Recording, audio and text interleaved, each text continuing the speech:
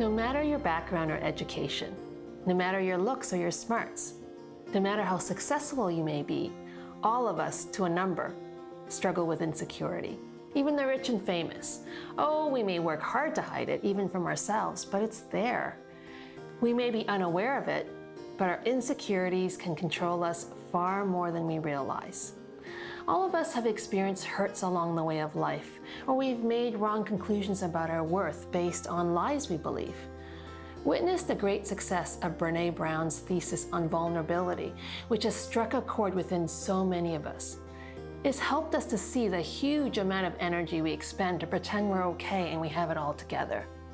Authenticity has become the new norm because now it's okay to embrace our humanity. But can I tell you something? Even that can be our weapon to defend against facing our insecurities. As long as we talk like we're being vulnerable, since that's what everyone else is doing, maybe we can avoid looking at our deepest fears or insecurities. Let me give you some examples. Think about the last time you stewed about a comment someone made about you and you had a hard time letting it go. Or what about the numerous times you worked until 10 p.m. to prove yourself to your boss? Or how about the time you blew up at your wife because she embarrassed you in front of your guests? Or how about the dismissive comment you made about a coworker when you realized she was getting rave reviews about her work? In psychology, we have a name for all of this behavior. We call it defending our ego. And I don't mean ego as in puffed up pride, but ego as in our sense of ourself and our worth.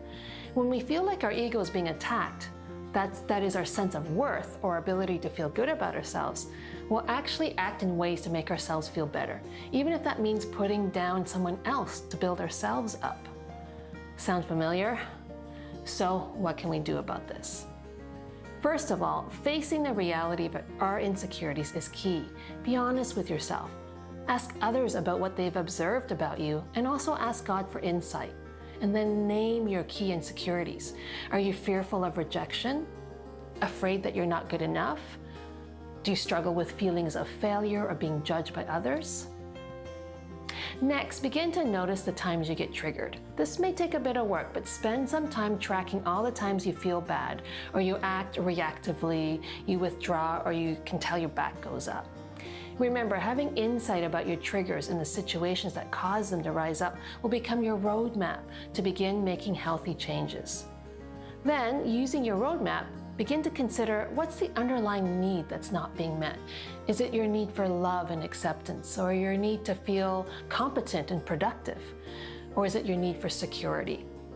Think about it and pray about healthier ways to have those needs met. For me, a huge part of this means going to God with my fears and insecurities and allowing His love and His positive regard to me to fill the hurting places in my heart.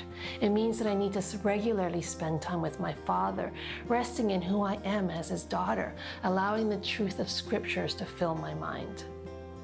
Now, it's one thing to have insight about this, but it's another thing to live it out in my life every day. Until I begin to practice, and notice my triggers and practice better responses, I won't begin to experience a transformation of my mind and heart. My fragile ego will continue to rule.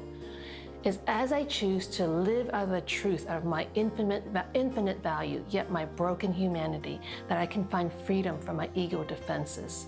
It also means I have to take steps with courage to get healing if I need it through counseling.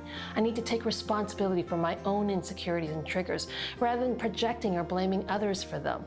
I need to have conversations with my loved ones to ask them for feedback on their observations of me, or I need to read books or listen to podcasts to help me understand my triggers and insecurities. And I need to risk beginning to open myself up to building healthy relationships with mature, grace-filled, truth-telling friends who are likewise committed to personal growth. I might need to get professional help if I'm struggling to make sense of my triggers or insecurities, or embark on recovery programs that will help me identify my patterns and why I do what I do. It also means that I commit to a lifelong journey of growth with a growing humility about my fragility as a human being, coupled with my choice to continually access the unbelievable grace and love of God to ground me, in the incomparable power of the Holy Spirit to change me. And this is good news.